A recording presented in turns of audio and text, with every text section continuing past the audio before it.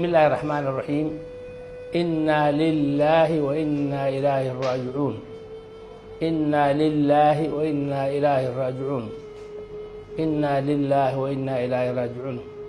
maantay oo taariikhdu tahay 28-ka bisha 12aad 2019 waxay tahay maalin madow. runtii waxaa dhacay masiibo qaran baa dhacay. waxaa dib soo gaaray arday Soomaaliyeed oo runtii waalidiin ay u soo dirsadeen waxbarasho, kuwaasoo dib loogu celiyay iyagoo meeyda. runtii arrin aad u xanuun badan weeye.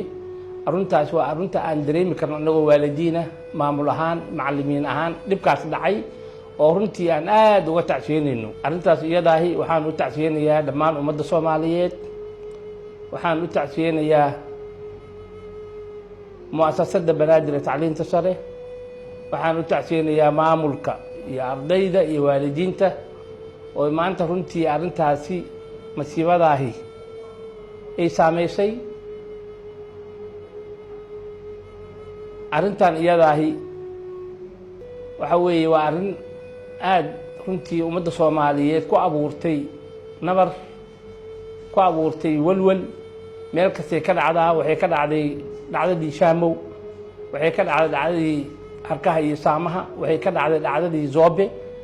maanta ugu dambeysay waxay ka dhacday ex control. waxaan leeyahay dadka Soomaaliyeed haysdajiyaan, waalidiinta iyo ardayda dhibku imanaya. intii dhimatayna Allah u naxariisto, inta maaragtay dhaawacantana Allah u boogadhayo. arrintaas iyada runtii waxay arrin masiibo qaran bay ahayd. waana ka tacsiyeenaynaa dhibkaas soo gaaray. aad baan runtii uga mahad celinayaa dhammaan mas-uuliyiinta kala duwan ee jaamacadaha iyo aqoon-yahanka iyo indhergaradka Soomaaliyeed oo runtii nooga soo tacsiyeeyey dhibkaas maanta soo gaaray jaamacadda banaadir. waxaan leenahay intii dhimatayna Allah u naxariisto, qabrigooda Allah u waasiciyo, kutubkoodana gacanta midig Allah ka siiyo. inta dhaawacantana Allah u boogadhayo.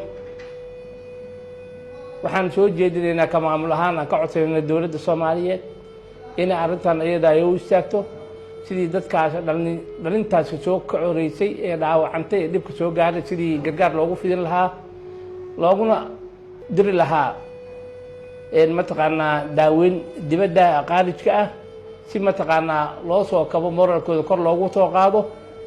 sidoo kaleeto waxaan rabnaa haddii aan la idmo muddo usbuuca ardayda jaamacadda oo ka bilaabanaysa maanta waxay geli doonaan fasax si ay uga qayb qaataan duugta iyo mataqaanaa ardaydii ka geeriyootay jaamacadda oo ay mataqaanaa maamulka iyo ardayda iyo ay aad ugu istaagi doonaan inay ka qayb galaan barardiiqdaasi.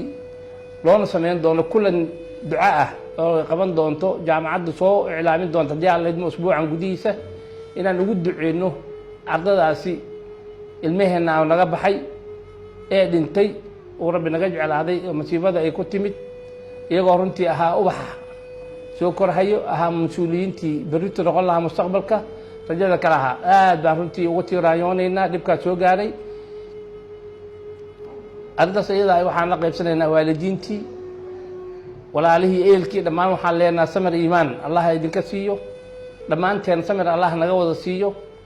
way naga wada bixeen. ma ahayn arrin aan filayno, ma ahayn. waana arrin runtii aan dareemayno inay soo gaartay mataqaanaa dhaawac culus in soo gaartay qalbi ahaan iyo jir ahaan intaba in soo gaartay. waana kaga wada tacsiyeynayna. aad baan mataqaanaa u mahadsantihiin intii nala murugootay, intii noo soo tacsiyeysay, intii noo istaagtay dhibkaas dhacay. asalaamu calaykum waraxmatullahi wabarakatu.